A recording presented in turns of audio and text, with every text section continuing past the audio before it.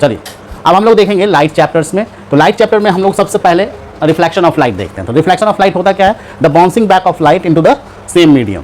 तो जब लाइट जो है कहीं किसी सरफेस से जो है स्ट्राइक करके सेम मीडियम में, जैसे ये स्ट्राइक किया, सेम मीडियम में अगर वापस लौट जाता है तो इसको हम लोग क्या बोलते हैं? रिफ्लेक्शन ऑफ लाइट कहते हैं। ये बाउंस बैक होता है किसी भी रिफ्लेक्टिंग सरफेस से हो सकता है, चाहे वो प्लेन हो या कर्व्ड हो सरफेस, उससे कोई मतलब नहीं है। तो कर्व्ड सरफेस से भी रिफ्लेक्शन हो सकता है, जैसे ये हमारा कर्व्ड है, कॉन्वेक्स मिरर है, इससे भी बाउंस बैक हो सकते हैं।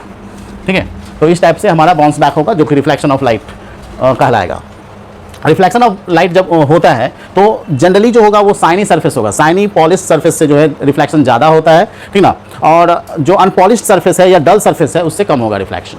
ठीक है, सबसे अच्छा जो रिफ्लेक्टर्स होता है वो है silver metal. Silver metal is one of the best reflectors, ठीक ना। इसीलिए जो होता है, जो मिरर बनते हैं प्लेन मिरर, उसमें पहले सिल्वर का एक कोटिंग चढ़ाया जाता है, उसके ऊपर जो है रेड या ब्राउन कलर का या ग्रीन कलर का जो है प्रोटेक्टिव कोटिंग चढ़ा दिया जाता है ताकि सिल्वर लेयर खराब ना हो। आजकल तो ग्लास का बनता है मिरर, ठीक ना, तो उसमें सिल्वर कोटिंग किया जाता है। तो सो ऑर्डिनरी मिरर जो होता है are made by depositing thin layer of silver metal on the back side of the plane glass sheet and the silver layer is then protected by a coat of red paint and the reflection of light in a plane mirror or any other mirror takes place at the silver surface in it. ठीक है, तो reflect, अब देखो यहाँ पर जो है, जैसे हम लोग अगर कोई भी मिरर बनाते हैं तो मिरर बनाए तो मिरर में ये जो पीछे का एक कोटिंग होता है वो सिल्वर का चढ़ा दिया जाता है, ठीक ना। उसके ऊपर एक प्रोटेक्टिव कोटिंग जो है वो चढ़ा दिया जाता है ब्राउन कलर या रेड कलर का पेंट, जो कि इस सिल्वर को प्रोटेक्ट करता है। तो रियल में जो है जो रिफ्लेक्शंस होता है due to silver surface, not the brown और रेड सरफेस। सिल्वर सरफेस से ही रिफ्लेक्शंस होते हैं, ठीक ना, जनरली याद रखना है। ठीक है, क्लियर है। अब जो आते हैं रे क्या होता है, तो ray of light is the straight line along which light travels. Light जो है जिस स्ट्रेट लाइन में ट्रैवल करता है उसको हम लोग रे कहेंगे। इसका हम लोग रे का पता है कि एक ओरिजिन होगा, जैसे सन मान लेते हैं तो सन का जो है ये रे हम लोग सिंगल लाइट से दिखा सकते हैं, ठीक ना। ऐसे तो ऑल डायरेक्शंस में होते हैं लेकिन हम लोग सिंगल रे से दिखा रहे हैं। तो जो ये एरो हेड हम लोग यूज कर रहे हैं, एरो हेड जो होते हैं स्ट्रेट लाइन पर जो पुटअप किया गया है, this tells the direction in which light travels. ये बताता है कि लाइट जो है किस डायरेक्शन में ट्रेवल करता है, उसके बारे में इंफॉर्मेशन देता है एरो हेड। ठीक है, अब जो है बीम क्या होता है, तो बीम जो होता है बंडल ऑफ रेज होते हैं, ठीक ना। जब बहुत सारे जो है रेज आपस में मिला दिए जाए तो हमारा जो है बीम कहलाएगा, बीम ऑफ लाइट। तो बीम ऑफ लाइट जो है,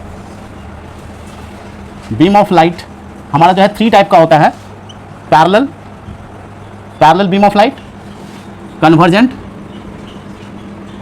और divergent beam of light. Convergent beam of light और पैरेलल बीम ऑफ लाइट। तो पैरेलल बीम ऑफ लाइट जो होता है इसमें जो है जो रे ऑफ लाइट होंगे वो एक दूसरे के पैरेलल होंगे, ठीक ना। ये एक डायरेक्शन में जाएगा, स्ट्रेट लाइन में जाएगा। कन्वर्जेंट में जो होगा डिफरेंट डायरेक्शन से आएंगे और सिंगल पॉइंट पर ये डिपॉजिट होंगे, ठीक है। जब डिफरेंट डायरेक्शन से लाइट आकर के किसी एक सिंगल पॉइंट पर डिपॉजिट हो उसको कन्वर्जेंट कहेंगे। और डाइवर्जेंट में किसी सिंगल पॉइंट से अगर हम लोग डिफरेंट डायरेक्शंस में स्कैटर कर दें तो ये जो है डाइवर्जेंट बीम ऑफ लाइट कहलाएगा, ठीक है। तो जनरली जो होता है, जो नॉर्मल जो पहले वाला टॉर्च हुआ करता था, ठीक ना, ये इस टाइप से, ये पहले वाला जो आता था टॉर्च, तो इससे जो है अलग ये जो है डाइवर्जेंट टाइप का ही बीम ऑफ लाइट निकलते थे, ठीक ना। तो ये जो है डाइवर्जेंट बीम ऑफ लाइट है। तो क्योंकि यहाँ पर जो होता है लाइट फैलता है, मतलब एक जगह से ओरिजिनेट हो रहा है, यहाँ बल्ब है, बल्ब से निकलता है और डायरेक्शन में फैल जा रहा है, तो इसको बोलते हैं डाइवर्जेंट, ठीक है।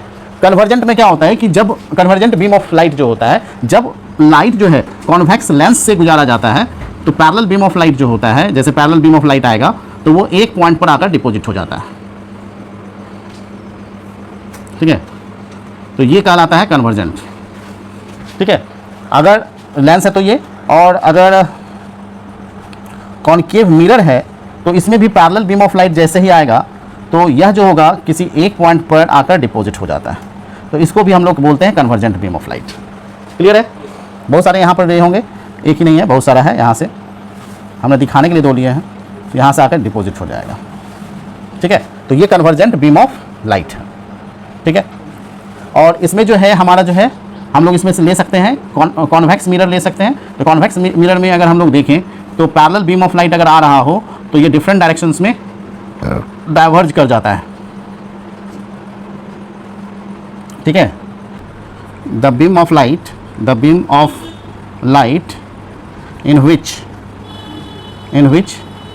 rays are parallel to each other are called parallel beam of light.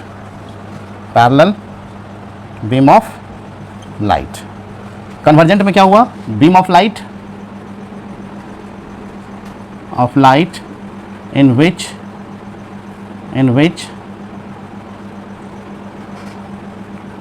rays coming from different direction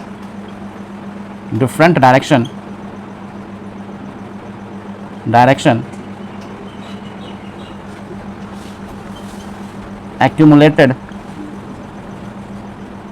at a single point. तो यहाँ पर जो बीम ऑफ लाइट जो होगा, जिसमें रे जो है डिफरेंट डायरेक्शन से जो आ रहा होगा, वो एक्यूमुलेट होगा सिंगल पॉइंट पर, इसको हम लोग बोलेंगे कन्वर्जेंट. और डाइवर्जेंट में जस्ट अब समझ में आ ही गया होगा, the beam of light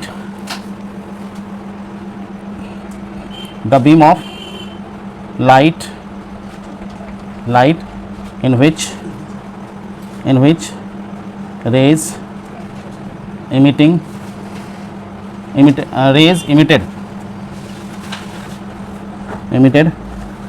from single point and divert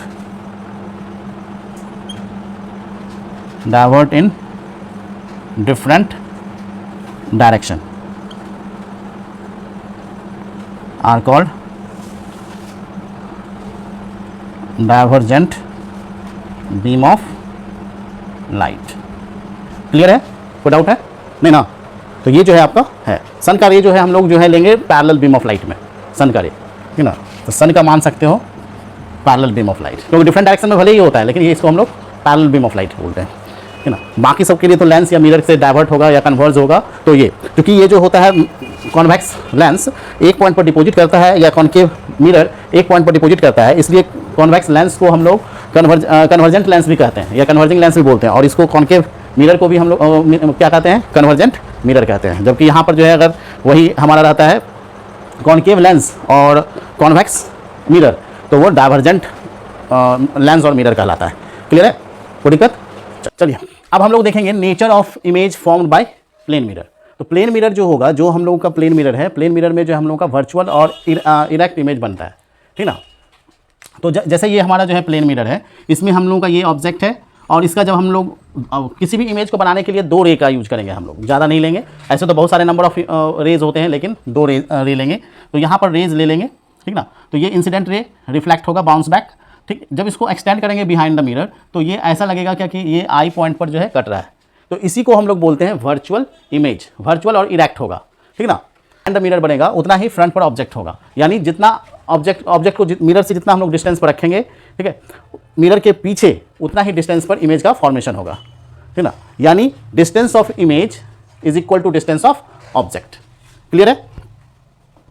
अब जो है प्लेन मिरर जो है लेटरल इन्वर्जन शो करता है. लेटरल इन्वर्जन का मतलब होता है राइट साइड का इमेज लेफ्ट साइड में और लेफ्ट साइड का इमेज राइट साइड में बनता है. जब किसी ऑब्जेक्ट को, जैसे मान लेते हैं हमारा ये आर है, तो इसको हम लोग अगर प्लेन मिरर में देखें, तो इसका जो है लेटरल इन्वर्जन अगर हो तो ये इस टाइप से बनेगा, ठीक ना. Right to left, right side का लेफ्ट साइड हो जाएगा, ठीक ना. ये इस डायरेक्शन में है, ये इस डायरेक्शन में रहेगा, ठीक है. राइट से लेफ्ट चला जाएगा, ठीक है.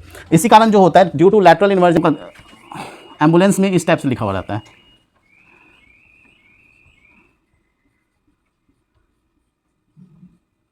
ये आगे में एम्बुलेंस इस टाइप से रहेगा, लेटरली इन्वर्टेड. जब मिरर में जो आगे का ड्राइवर है वो अगर देखेगा तो उसको मिरर में इस टाइप से दिखेगा. इससे जो क्या होगा कि वो इजीली इसको रीड कर पाएगा और वो जो एम्बुलेंस है उसको साइड दे देगा. तो लेटरली इन्वर्टेड उसके फ्रंट पर जो लिखा हुआ रहता है, इसी कारण लिखा हुआ रहता है, ठीक है.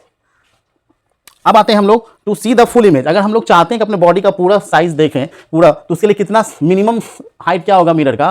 तो जो मिनिमम हाइट ऑफ जो होगा मिरर का, तो height of minimum height of mirror is equal to half into size of person. Person के साइज़ का आधा अगर ले लेते हैं तो जो है हम लोग फुल साइज़ इमेज जो है देख सकते हैं। इसका मतलब है कि अगर कोई पर्सन 7 फीट का है, 7 फीट का है, तो अगर पर्सन का हाइट 7 फीट है तो इमेज का साइज़ तो मिरर का जो हमारा साइज़ जो होगा, मिरर का साइज़, मिरर साइज़ हो जाएगा हाफ इंटू 7, 3.5 यानी 3.5 फीट चाहिए। तो 3.5 फीट का जो है मिरर रहता है कोई भी ड्रेसिंग टेबल्स में, ठीक ना, उससे छोटा नहीं रहता है, ताकि जो है फुल इमेज बने। आजकल तो 7 फीट के पर्सन बहुत रेयर केस है ना के बराबर, तो इसलिए जो है आसानी से वो विजिबल हो जाता है। क्लियर कि 2 मिरर को हम लोग इंक्लाइन कर लेते हैं एक सर्टेन एंगल्स पे, ठीक ना।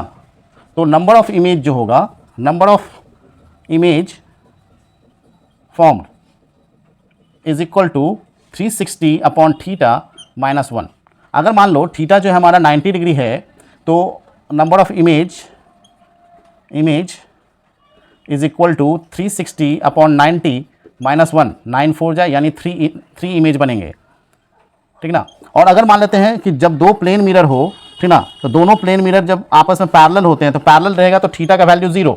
तो इन केस ऑफ 0 अगर है तो नंबर ऑफ इमेज जो बनेगा 360 upon 0 is equal to 360 upon 0 अगर करते हैं तो ये आ जाएगा नॉट डिफाइंड यानी infinite. Therefore infinite number of image is formed, ठीक ना। इसी कारण क्या होता है कि ज्वेलरी शॉप हो या पैरेलल मिरर लगा हुआ रहता है जिससे कि उसका दुकान जो है बहुत बड़ा दिखेगा, या फिर ज्वेलरी शॉप में भी उसी तरह से रहता है तो दुकान बड़ा दिखता है। अगर छोटा दुकान है तब, बड़ा दुकान है तो उतना ज़्यादा शीशा लगाने की ज़रूरत नहीं है। क्लियर है। तो ये नंबर ऑफ इमेज फॉर्मेशंस के लिए है। अब मान लो कि क्या हो कि स्पीड जो है ऑब्जेक्ट का v वेलोसिटी से ऑब्जेक्ट मूव कर रहा हो तो इमेज का वेलोसिटी कितना हो। तो यहाँ पर जो है इफ वेलोसिटी ऑफ ऑब्जेक्ट और मिरर को मूव करो या फिर ऑब्जेक्ट को मूव करो, ठीक ना, v वेलोसिटी से is v, then velocity of image is equal to 2v, double हो जाएगा। मतलब इमेज जो है डबल स्पीड से भागता है। तो कभी कभी देखोगे कि जब तुम सलून में रहते हो तो सलून के केस में कभी कभी जो गाड़ी चलती रहती है तो मिरर में तुमको दिखाई दिया ऑब्जेक्ट का कि हाँ यहाँ से जो है गाड़ी जा रही है, उसका इमेज दिखाई दिया। अगर वो तुम जैसे ही देखते हो तो तुमको लगा कि वो चला गया, लेकिन जब मुड़ कर देखो तो वहाँ पर जाता हुआ रहेगा, क्योंकि अगर वो 40 के स्पीड से था तो इमेज उसका जो है कितने स्पीड से भाग गया, 42 80 के स्पीड से भागा, जिसके कारण वो गायब दिखा मिरर में, लेकिन वहाँ पर वो है प्रेजेंट। मतलब कि स्पीड जो है उसका डबल हो जाता है। ठीक है, क्लियर है, कोई दिक्कत। तो ऑब्जेक्ट को मूव करो v वेलोसिटी से या फिर मिरर को v वेलोसिटी से करो, दोनों ही केस में क्या होगा, इमेज का वेलोसिटी क्या होगा, डबल हो जाएगा। क्लियर, बस यहीं तक।